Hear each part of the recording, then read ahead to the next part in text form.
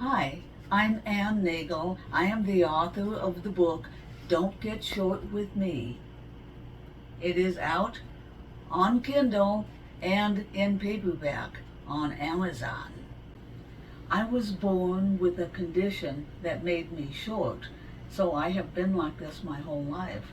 I wanted to write this book so that people could understand me and what I've been through, and I also wanted to write this book so that I could pass on things that I've learned to other people who are like me or know people like me. Being short is difficult, just as I'm sure being too tall can be difficult too. I have had to make accommodations.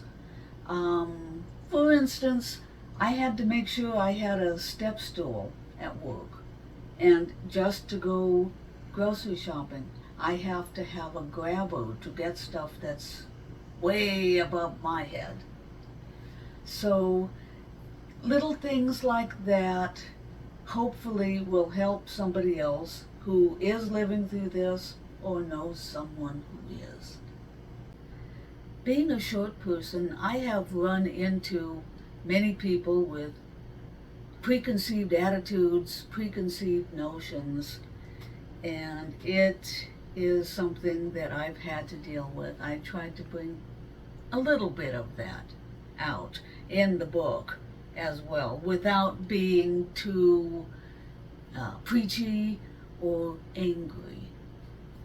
Um, People will think, oh, you're too young, because being short is conceived as incompetent, dumb.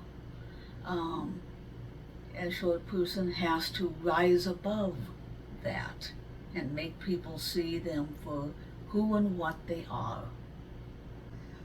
For the short people today reading my book, I hope it will give you things to do to combat other people's preconceived ideas and things that you can do to get around some of the inbuilt obstacles, such as trying to reach something, trying to get to the top shelf of a filing cabinet, whatever. I always had to have a step stool. So, um, things like that, you do what you need to do so you can get done what needs to get done. And that way, you present yourself to people as the competent person and you let them see you for who you are.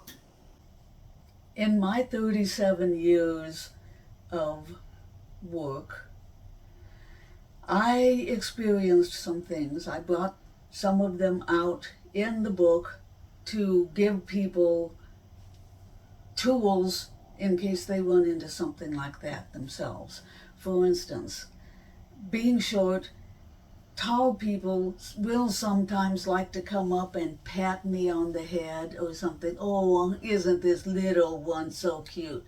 That's demeaning. And at work, somebody laughed and said, oh, you can sit in the broken chair. It's all the way down to the floor. It's your level. How do you deal with that? Well, I tried to bring that out in the book. Sometimes you have to call them on it right then.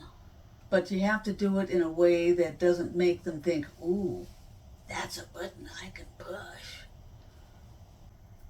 Besides the joke about the broken chair, there were things like Oompa Loompas, things like that. How's the weather down there? Gee, can't find you. Or, oh, gee, in an earthquake you could fit under the desk just fine. Yes, but I'd also survive, and they wouldn't, because they couldn't fit. The final thought is, this is normal for me. So All I want to do is live my life as serenely as possible. It was very difficult for me to put some of these things out onto the screen because some of them are hurtful.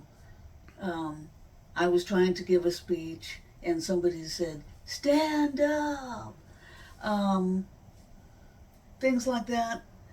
You have to try to let it go. But in doing this book, it brought it back up. So it was difficult, but I did it because my hope is that it will help other people. So anyway, this is me, this is my book, and I sincerely hope that it is helpful, uplifting, and inspirational to people.